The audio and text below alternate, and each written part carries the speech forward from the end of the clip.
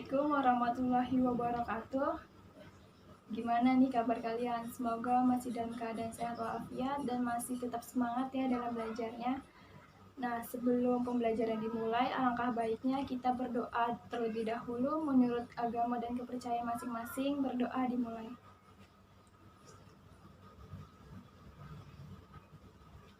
Berdoa selesai. Ibu absen terlebih dahulu ya. Debaran Al-Ghifari ada.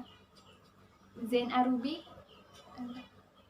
Rizky Amalia hadir. Arsaka Khalif hadir. Semuanya hadir ya. Oke. Nah, apa yang kalian ketahui tentang sistem pencernaan? Coba Ibu mau tanya ke Zain Arubi. Zain, apa sih yang kamu ketahui tentang sistem pencernaan?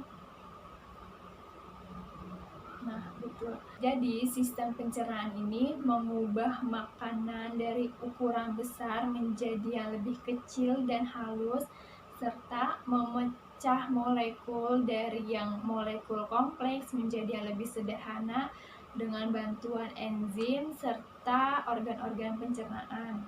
Pembahasan pertama dari sistem pencernaan ini kita akan membahas tentang zat-zat makanan.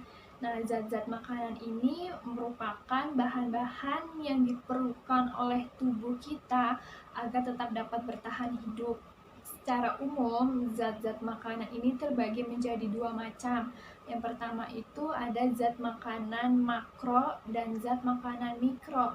Zat makanan makro ini terdiri dari karbohidrat, protein, lemak, serta air. Dan zat makanan mikro ini terdiri dari vitamin dan mineral. Zat makanan makro yang pertama yang akan kita bahas ini adalah karbohidrat. Sumber karbohidrat terdiri dari padi-padian, umbi-umbian, tepung, dan sagu. Fungsi karbohidrat ini sebagai sumber energi utama yang pertama. Yang kedua, berperan penting dalam metabolisme. Dan yang ketiga, menjaga keseimbangan asam dan basa.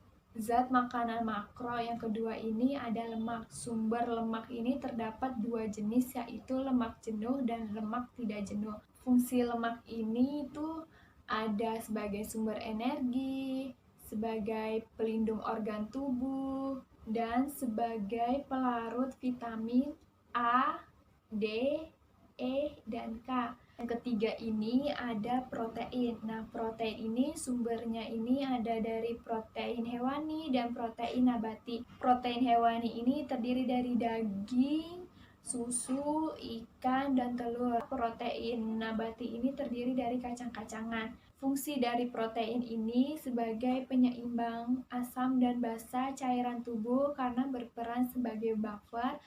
Dan yang kedua ini sebagai pelaksanaan metabolisme tubuh. Nah, zat makanan makro yang selanjutnya ini ada air. Nah, fungsi air ini tuh sebagai pelarut senyawa-senyawa lain dan mengangkut zat-zat lain dari sel ke sel atau dari jaringan ke jaringan. Selanjutnya ada zat makanan mikro, yaitu vitamin dan mineral. Fungsi dari mineral ini menjadi unsur penting dari kerangka, yaitu seperti tulang dan gigi. Yang kedua ini ada mencegah nyeri otot. Dan yang ketiga ini merawat fungsi otak. Zat makanan mikro yang kedua ini ada vitamin. Nah, vitamin ini berdasarkan kelarutannya ini terdapat dua macam, yaitu vitamin yang larut dalam air dan vitamin yang larut dalam lemak. Vitamin yang larut dalam air ini ada vitamin B dan vitamin C. Serta vitamin yang larut dalam lemak ini ada vitamin A, vitamin D, vitamin E, dan vitamin K. Fungsi dari vitamin ini untuk mengatur metabolisme dan mencegah penyakit kronis. Proses pencernaan makanan pada manusia ini dibedakan menjadi dua macam, yaitu ada pencernaan mekanik dan pencernaan kimiawi. Nah, pencernaan mekanik ini nih proses penghancuran secara fisik menjadi potongan-potongan kecil yang dibantu oleh gigi. Pencernaan kimiawi ini yaitu proses penghancuran makanan dari yang mulai kompleks menjadi yang lebih sederhana dengan bantuan enzim. Selanjutnya, kita akan membahas tentang organ-organ sistem pencernaan. Nah, di sini Ibu sudah mempunyai gambar tentang organ-organ sistem pencernaan. Nanti kalian diskusikan gambar tersebut, gambar ini. Nanti kalian tempel. Nah, sembari ditempel ini kalian menjelaskan fungsi dari sistem pencernaan. Oke, Ibu akan bagikan gambarnya. Setelah itu kalian diskusikan ya.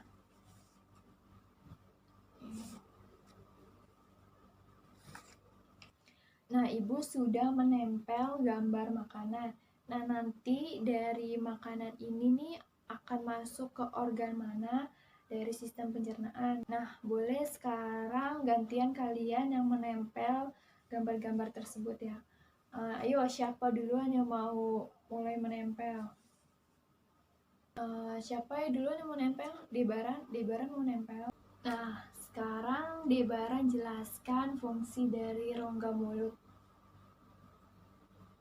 Nah, betul banget. Jadi, di dalam rongga mulut ini tuh terdapat alat pencernaan yaitu ada gigi, ada lidah, dan ada kelenjar ludah. Proses pencernaan mekanik ini terjadi di dalam mulut saat makanan diubah menjadi bolus. Nah, selanjutnya setelah rongga mulut ini ada organ apa lagi nih? Nah, coba jelaskan Zain Arubi.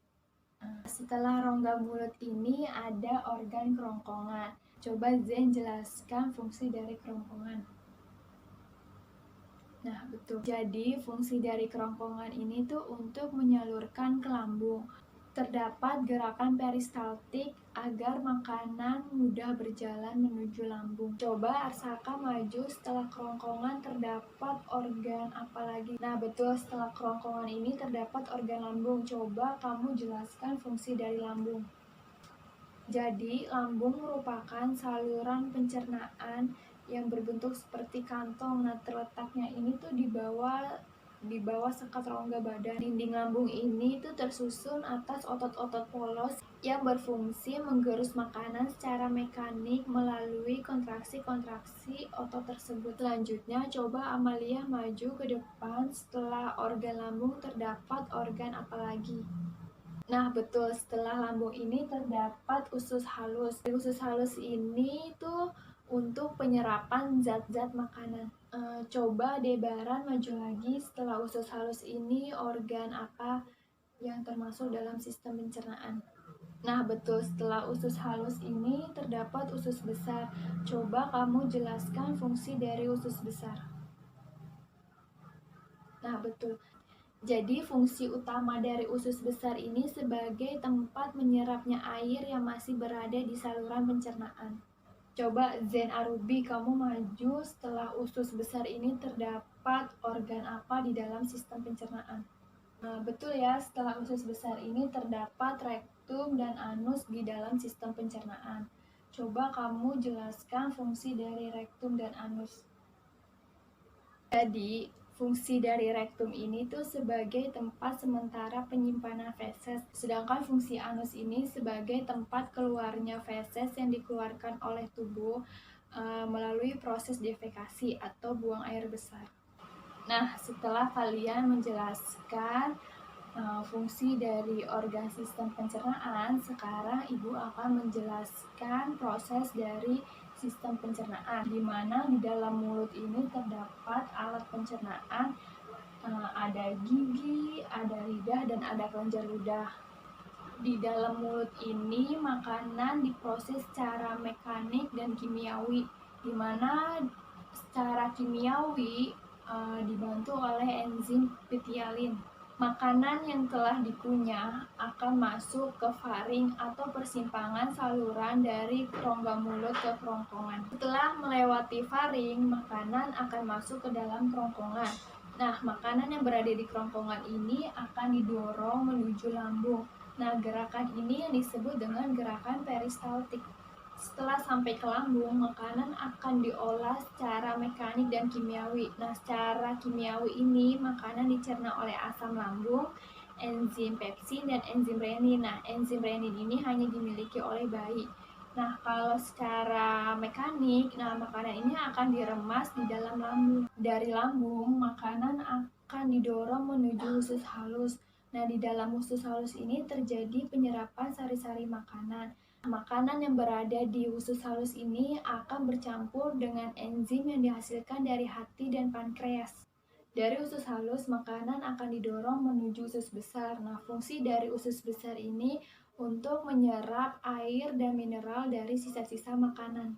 Anus merupakan lubang akhir dari saluran pencernaan sebagai jalan keluarnya feses dari tubuh. Sebelum dibuang lewat anus, feses ditampung terlebih dahulu di bagian rektum. Feses sudah siap dibuang, maka dikeluarkan melalui anus. Sekian penjelasan materi hari ini tentang sistem pencernaan. Semoga apa yang kita pelajari hari ini dapat kalian pahami. Kurang lebihnya mohon maaf. Wassalamualaikum warahmatullahi wabarakatuh.